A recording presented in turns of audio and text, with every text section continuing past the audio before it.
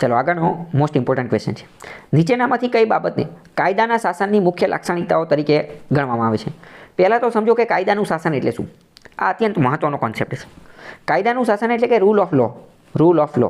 કાયદાનું શાસન આ કોન્સેપ્ટ શું છે પહેલાં એ સમજો. તો કે રૂલ ઓફ લો ROL કાયદાનું શાસન એનો કોન્સેપ્ટ આપેલો હતો ડાઇસી નામનો વ્યક્તિ હતો એને, બરાબર.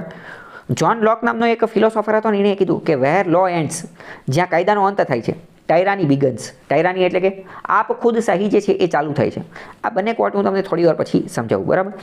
પણ ઇન શોર્ટ પહેલાં એટલું યાદ રાખો કે રૂલ ઓફ લો કાયદાનું શાસન એનો ઉલ્લેખ ડાઇસીએ કરેલો હતો અને ડાઇસીએ આ કોન્સેપ્ટ આપેલો હતો. બાહુબલી મૂવીની અંદર કહે છે કે ભાઈ મેરા વચન હી હે મેરા શાસન.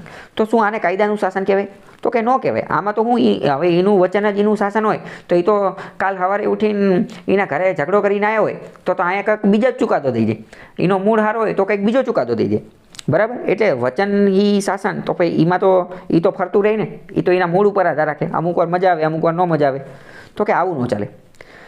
આવું ભારતમાં જ છે એવું નથી, આવું યુરોપમાં પણ હતું. એટલે યુરોપની અંદર ડાઇસી નામના વ્યક્તિએ જોયું કે ભાઈ રાજા તો મન ભાવે એમ જે રંગીલા રીતે જે છે એ મજા આવે ત્યારે સારો ચુકાદો આપે, મજા આવે ત્યારે ખરાબ ચુકાદો આપે. એમના જે મનગમતા વ્યક્તિ હોય, સગાવાલા હોય, નેપોટિઝમ હોય તો એમને ફેવર કરે એવા ચુકાદો આપે. તો કે આ ન ચાલે.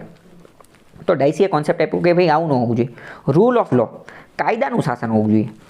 એટલે કે કોઈ મનસ્વી રીતે આપ ખુદ સહી રીતે પોતાની મનમરજી પ્રમાણે ઈચ્છે ને એવું ન ચાલે. તમારે જે કંઈ પણ કામ કરવું હોય કાયદો લાવો પહેલાં, અને પછી કાયદા પ્રમાણે જ ચાલવાનું. તમારે જે કોઈ પણ કામ કરવું છે કાયદો લાવો, કાયદા પ્રમાણે ચાલો. કાયદાની અંદર બધી વસ્તુ નક્કી કરી નાખો અને એની પ્રમાણે જ ચાલવાનું. પછી તમે હોય કે બીજા ગમે હોય, તમારી પછી બીજો કોઈ વ્યક્તિ આવે તો એને પણ એ જ કાયદા પ્રમાણે ચાલવાનું. માની લો કે કોઈ વ્યક્તિ, માની લો કે અત્યારે રાજા છે, રાજા નંબર 1 છે. રાજા નંબર 1 કાયદો બનાવી દીધો તો પછી હવે એની અનુસાર જ ચાલવાનું. રાજા 2, એની 3, 4, 5 બધા રાજા આવે એની અનુસાર જ ચાલવાનું. પણ માની લો કે કોઈ રાજા એવું આવ્યો કે ના અમારે એવું નથી ચાલવું, કાંઈ વાંધો નહીં, કાયદામાં ફેરફાર કરો. તો શું કરવાનું? કાયદાની અંદર ફેરફાર કરવાનો. તો ઇન શોર્ટ કે ગમે એ કામ કરવું હોય એમને નહીં કરી નાખવાનું. એવું નહીં કે મેરા વચન એ શાસન, મેં કહી દીધું, મૌખિક કહી દીધું, એવું નહીં. તમારે જે કોઈ પણ કામ કરવું હોય તો એક પ્રોસિજરને પાલન કરવું. કયું પ્રોસિજર? તો કે કાયદાનું. આને કહેવાય રૂલ ઓફ લો, બરાબર. જ્હોન લોકેએ તો શું કહી દીધું? જ્હોન લોકેએ તો એવું કહી દીધું કે જો કાયદાનો અંત થાય છે, જ્યાં કાયદો અંત થાય છે ને ત્યાં ટાયરાની બિગિન થઈ જાય છે. એટલે કે અહીંયા આપ ખુદ સહી ચાલુ થઈ જાય છે. એટલે કે હકીકતમાં જે કાયદો જે છે ને, કાયદાનું શાસન અથવા કાયદો એ લોકોની સ્વતંત્રતા માટે ને એ બધા માટે સારું છે. જો એનો એ પૂરો થઈ જશે તો ટાયરાની બિગિન થઈ જશે. ફોર એક્ઝામ્પલ આપણે હમણાં જોયું કે ભાઈ મેરા વચન એ શાસન, એમાં તો કેવું થાય, આજ તમને એમ કહી દે કે હાલો તમને બોલવાનો અધિકાર આપેલો છે, 2 દી પછી તમને એમ કહી દે ના હવે તમને બોલવાનો અધિકાર નથી. તો એવું ચાલે નહીં. પણ જો કાયદાનું શાસન હોય તો એમાં તો એકવાર લખી નાખ્યું કે ભાઈ બોલવાનો અધિકાર છે તો ભાઈ બોલવાનો અધિકાર રહે જ તે. હવે જો એ કાઢવો હોય તો કાયદાની અંદર સુધારો કરવો પડે, એ કાયદાને રદ કરવો પડે. ઓકે, ખ્યાલ આવ્યો કે નહીં? તો હવે રૂલ ઓફ લો તમે ખ્યાલ આવી ગયો કે આખી વસ્તુ શું છે. તો આની હું તમને બીજા 2-3 કોન્સેપ્ટ સમજાવું. રૂલ ઓફ લોનો ઉદ્ભવ જે છે ને એ ઇંગ્લેન્ડની અંદર થયો. ભારત ઇંગ્લેન્ડનું ગુલામ હતું, બરાબર, બ્રિટનનું. એટલે ભારતની અંદર તે રૂલ ઓફ લોનો કોન્સેપ્ટ આવ્યો.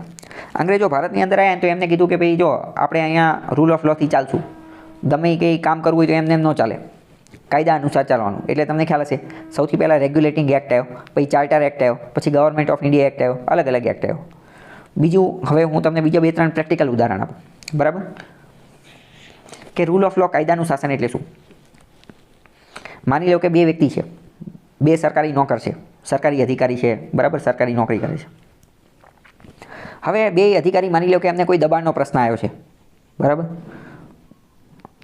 દબાણ બાબતે કંઈક કોઈ અરજી કરી હશે કંઈક, બરાબર, કે આ જમીન ઉપર દબાણ કરેલું છે ને. હવે માની લો કે બે વ્યક્તિ છે.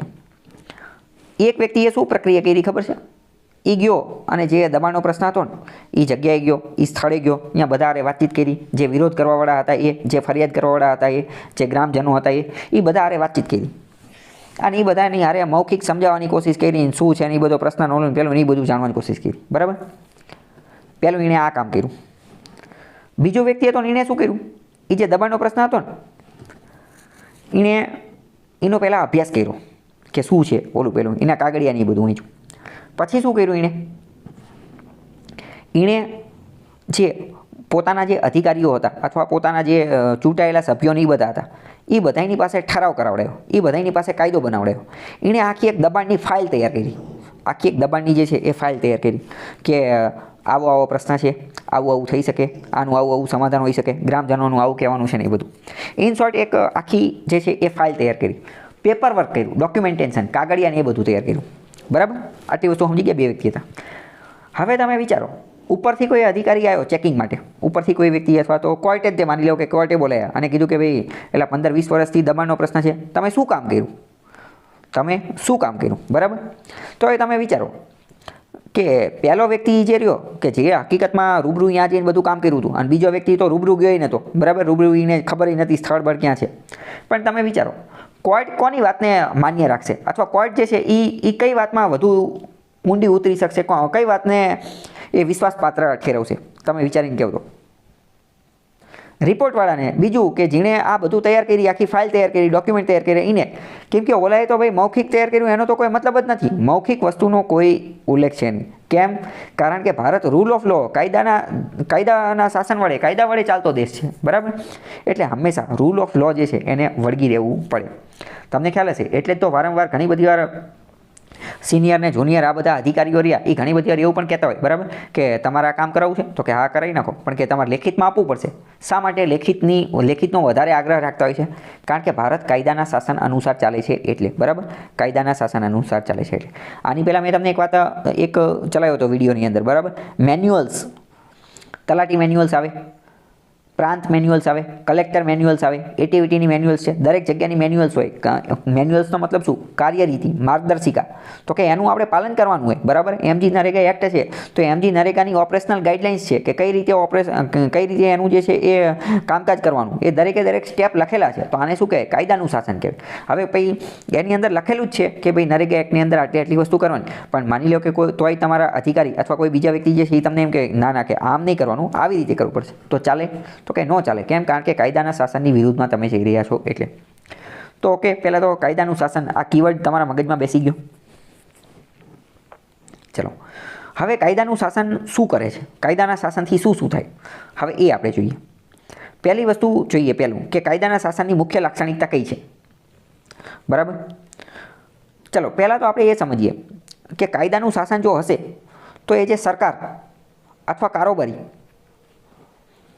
એની પાવર, એની સત્તા જે છે એમાં વધારો કરશે કે એમાં ઘટાડો કરશે?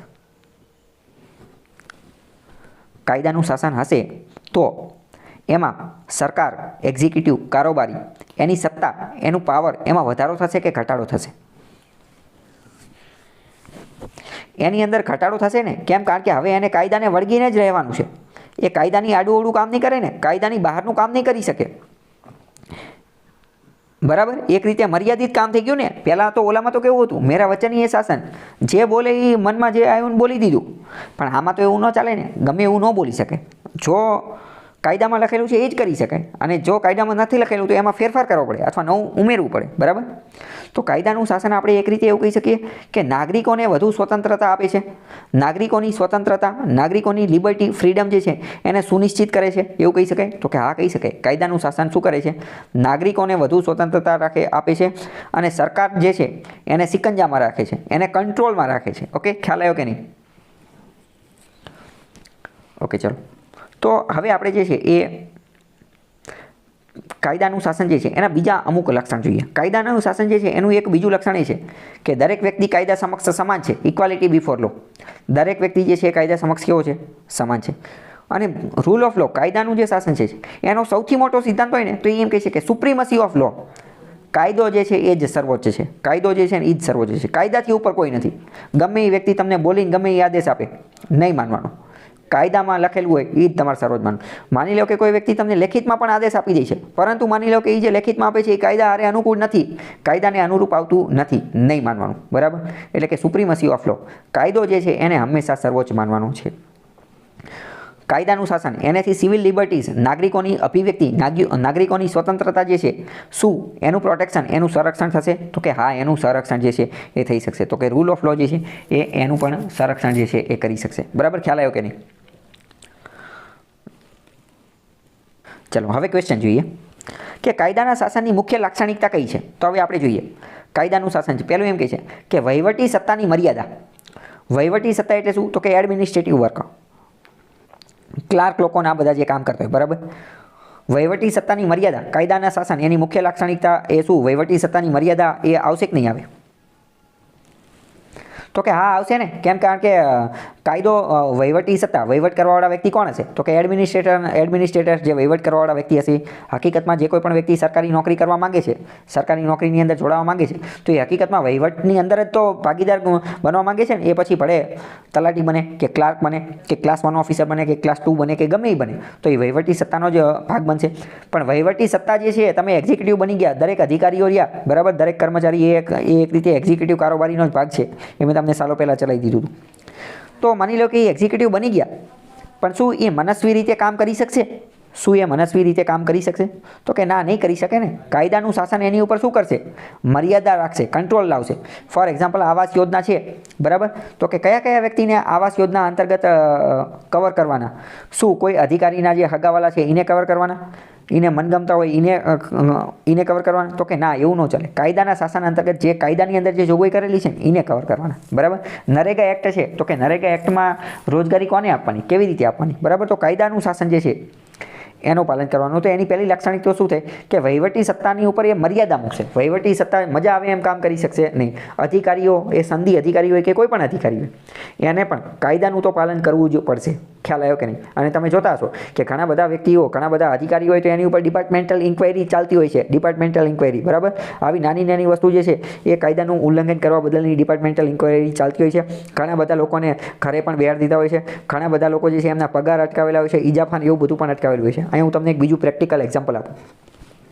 એક વ્યક્તિ હતો, રજિસ્ટ્રાર, બરાબર, રજિસ્ટ્રાર વ્યક્તિ હતો, બરાબર. તો એને કોર્ટની અંદર એક કેસ ચાલતો હતો. આમાં કેવું હોય કે ઘણી બધી વાર લગ્ન નોંધણી ફી, જન્મ નોંધણી, મરણ નોંધણી, આ બધાની અમુક વાર ફી લેવાની હોય. અમુક વાર લેટ ફી પણ લેવાની હોય. લેટ નોંધણી કરાવીને તો લેટ ફી પણ લેવાની હોય. હવે આ ફી રહીને એ એકદમ નોમિનલ હોય, 10 રૂપિયા, 20 રૂપિયા, 15 રૂપિયા, બહુ ઓછી હોય. તો અમુક વાર અમુક લોકો ન લેતા હોય, બરાબર. અમુક વાર અમુક લોકો ન લેતા હોય. તો કોર્ટે ફટકાર લગાવેલી છે આવા કેસની અંદર કે નો ચાલે. તમે આ જે ફી નથી લેતા, બરાબર, તમે એવું લાગે કે આ 10 રૂપિયામાં શું લેવાનું, પણ તમે એક રીતે સરકારની તિજોરીને બહુ મોટું નુકસાન કરી રહ્યા છો. અને બીજું મોસ્ટ ઇમ્પોર્ટન્ટ, તમે કાયદાના શાસનનું ઉલ્લંઘન કરી રહ્યા છો. તમને કોણે કીધું કે નહીં લેવાની? તમે એવું જાતે કઈ રીતે નક્કી કરી નાખ્યું કે 10 રૂપિયા કે 2 રૂપિયા એ બહુ નજીવી રકમ છે? કાયદાના શાસન, રૂલ ઓફ લો, એનું તમારે પાલન કરવાનું છે. કાયદાની અંદર લખેલું છે તો તમારે કરવાનું છે. તમે જાતે મનસ્વી રીતે આ કામ કરી શકો નહીં, બરાબર. બીજું, કાયદા સમક્ષ સમાનતા. દરેક વ્યક્તિ કાયદા સમક્ષ સમાન હશે. શું એ કાયદાના શાસનની લાક્ષણિકતા છે કે નથી? તો કે હા છે. દરેક વ્યક્તિ કાયદા સમક્ષ સમાનતા છે. પહેલાં કેવું હતું? તો કે રાજા અને રાજ પરિવારના, રાજઘરાનાના સભ્યો એમને ઉચ્ચ ગણવામાં આવતા હતા, એમને સર્વોચ્ચ ગણવામાં આવતા. તો કે ના, અહીંયા એવું નહીં. કાયદા સમક્ષ તો હવે બધાને સમાન જ ગણવાનું. તમે રાજા હોય, રાજકુમાર હોય કે રાજકુમારી હોય કે પ્રિન્સ હોય કે પ્રિન્સેસ હોય, કાયદા સમક્ષ દરેક વ્યક્તિ સમાન છે. સરકાર પ્રત્યે લોકોની જવાબદારી. ચલો, ત્રીજું શું કહે છે? સરકાર પ્રત્યે લોકોની જવાબદારી. સરકાર જે છે, સરકારની સામે લોકોની શું જવાબદારી છે? એ કાયદાના શાસનની લાક્ષણિકતા છે કે નથી? ચલો, તો ત્રીજું વિધાન ખોટું છે. કેમ? કારણ કે સરકાર પ્રત્યે લોકોની શું જવાબદારી? લોકોની તો કંઈ જવાબદારી જ નથી ને. આ વિધાન ખોટું છે. આમાં ઊંધું લખવાનું છે. લોકો પ્રત્યે સરકારની જવાબદારી. કાયદાનું શાસન કાયદાનું જે શાસન જે છે, કાયદાનું શાસન એ શું સુનિશ્ચિત કરે છે? કાયદાનું શાસન એ સુનિશ્ચિત કરે છે કે લોકો પ્રત્યે સરકારની જવાબદારી હોવી જોઈએ. લોકો પ્રત્યે સરકારની જવાબદારી હોવી જોઈએ. આમાં તો ઊંધું લખ્યું છે કે સરકાર પ્રત્યે લોકોની જવાબદારી. સરકાર પ્રત્યે લોકોની શું જવાબદારી હોય? લોકો થોડા કંઈ સરકારને જવાબદાર છે, બરાબર. તો ત્રીજું વિધાન ખોટું છે. સરકાર પ્રત્યે લોકોની કોઈ જવાબદારી નથી. સરકાર જે છે એની જવાબદારી છે. ઓકે, તો ત્રીજું ખોટું છે. ચોથું, સ્વતંત્રતા અને નાગરિકના અધિકારો, civil liberties and citizen rights. તો આ કાયદાના શાસનની લાક્ષણિકતા છે કે નહીં?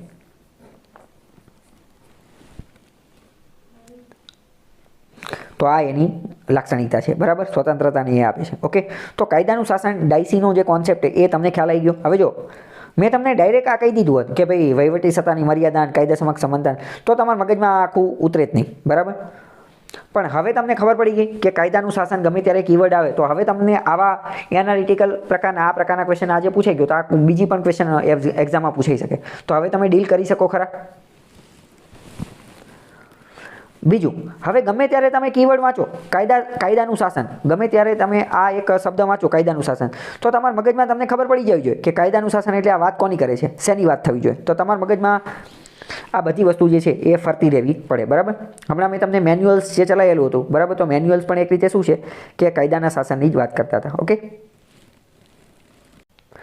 કાયદાના નિયમના સિદ્ધાંતોના સંદર્ભમાં નીચેના વિધાનોનો વિચાર કરો. કાયદાના નિયમ એટલે કોની વાત કરે છે? કાયદાના નિયમ કોની વાત કરે છે? રૂલ ઓફ લોની વાત કરે છે. ખ્યાલ આવ્યો કે નહીં? હવે આપણે વિધાન જોઈએ કયા કયા. પહેલું વિધાન એવું કહે છે કે કાયદાનું શાસન એ કોઈપણ સંસ્કારી લોકશાહી દેશમાં શાસનનો મૂળભૂત સિદ્ધાંત છે, કારણ કે તે મનસ્વીપણાની વિરુદ્ધ છે. પહેલી વિધાન સાચી કે ખોટી? ચલો પહેલાં તો આપણે એટલું વિચારીએ કે શું કાયદાનું શાસન એ મનસ્વીપણાની વિરુદ્ધ છે કે નહીં?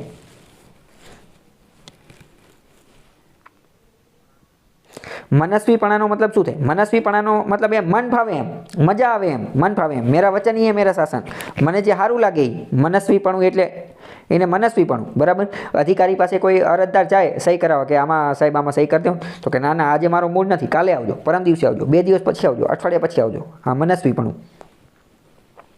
તો શું કાયદાનું શાસન એ મનસ્વીપણાની વિરુદ્ધ છે કે નથી? તો કે મનસ્વીપણાની વિરુદ્ધ છે. એટલે કે કોઈ પણ સંસ્કારી લોકશાહી દેશનો શાસનનો જે મૂળભૂત સિદ્ધાંત હોય, મૂળભૂત સિદ્ધાંત એ શું છે? એ કાયદાનું શાસન છે અને મનસ્વીપણાની વિરુદ્ધ છે. જ્યારે જે લોકશાહી દેશો નથી, જેમ કે ચીન, અમુક વાર રશિયા, નોર્થ કોરિયા, તો અહીંયા કાયદાનો નિર્ણય કોઈ લેવા દેવા નહીં. નોર્થ કોરિયા કિમ જોંગ ઉનને જે સારું લાગે, જે મજા આવે એ કરી નાખે. કેમ? કારણ કે એ લોકશાહી દેશ નથી, ત્યાં કાયદાનું શાસન પણ નથી. ઓકે. ચલો બીજું જોઈએ. ભારતીય બંધારણની કલમ 14 હેઠળ કાયદા સમક્ષ સમાન તકની વિભાવના એ કાયદાના શાસનનું એક તત્વ છે.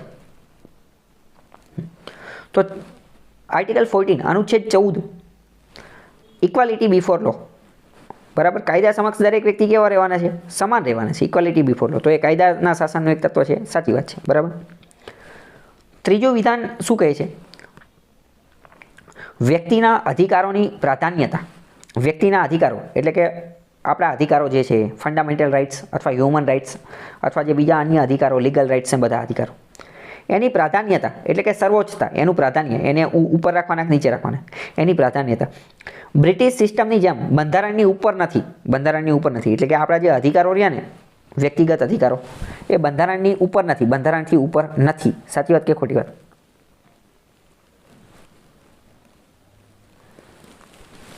તો કે હા સાચી વાત છે. બંધારણથી ઉપર તો કોઈ નથી. સર્વોચ્ચ જ કોણ છે? સર્વોચ્ચ જ બંધારણ છે. બંધારણમાં વાંધો હોય તો શું કરવાનું? સુધારો કરી નાખો બંધારણમાં. બંધારણમાં સુધારો કરવાની વ્યવસ્થા તો આપેલી છે. એટલે ઇન શોર્ટ વ્યક્તિના અધિકારો જે છે એ બંધારણથી ઉપર તો નથી જ તે. તો રૂલ ઓફ લો આપણે ઓલરેડી ડિસ્કસ કરી લીધો, એની અંદર જ આ બધા કોન્સેપ્ટ આવે છે. ઓકે. પહેલું નિવેદન એવું આપેલું છે કે મૂળભૂત અધિકારો દેશને સરમુખ હથિયારશાહી શાસનથી મુક્ત બનાવે છે. સરમુખ હથિયારશાહી શાસન એટલે ખ્યાલ છે? સરમુખ હથિયારશાહી શાસન, સરમુખ હથિયાર, રાઈટ. તાનાશાહી, આપ ખુદશાહી, તાનાશાહી, આપ ખુદશાહી, અને હમણાં એક જે શબ્દ આવ્યો હતો ટાયરની, બરાબર, એ. બરાબર.